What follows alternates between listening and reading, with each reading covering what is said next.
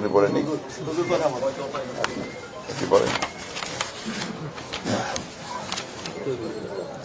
আলহামদুলিল্লাহ, আপনারা তো ব্যাপারটা আলহামদুলিল্লাহ দেখেছেন। আমাদের সম্মানিত বিএনপির মহাসচিব তিনি আমাদের ঐক্যমতে যে আলোচনা হয়েছে সেটা আপনাদের সামনে সুন্দরভাবে উপস্থাপন করেছেন।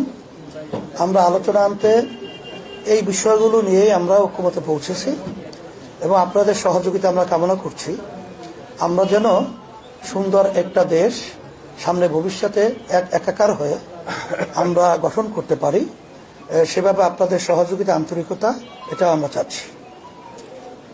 আর সাথে সাথে যে কথাগুলো আমাদের হয়েছে, আমরা তাদের সাথে, আমাদের সাথে এবং দেশ এবং মানবতা এবং রাজনীতির ব্যাপারে সব বিষয়গুলোই জিস্ট আলোচনাটা আপনাদের সামনে আমাদের সম্মানিত বিএনপি মহাসচিব তিনি উপস্থাপন করেছেন। সেটাই আমাদেরও একই কথা। বিএনপি মহাসচিব বা বিএনপি দীর্ঘদিন ধরেই বলে আসছে ন্যূনতম সংস্কার শেষে দ্রুত নিরপেক্ষ নির্বাচনের বিষয়ে ইসলামী আন্দোলন বাংলাদেশ সেই দাবিটা আসলে কতটা?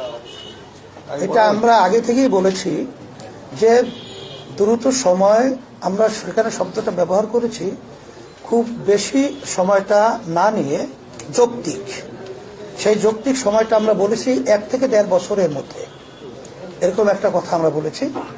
আর 6 মাস তো প্রায় চলেই গেল, আর 1 বছরের মধ্যেই সুন্দর একটা জাতীয় নির্বাচনের ব্যবস্থা করবে, এটাই আসলে মূলত আমাদের কথা।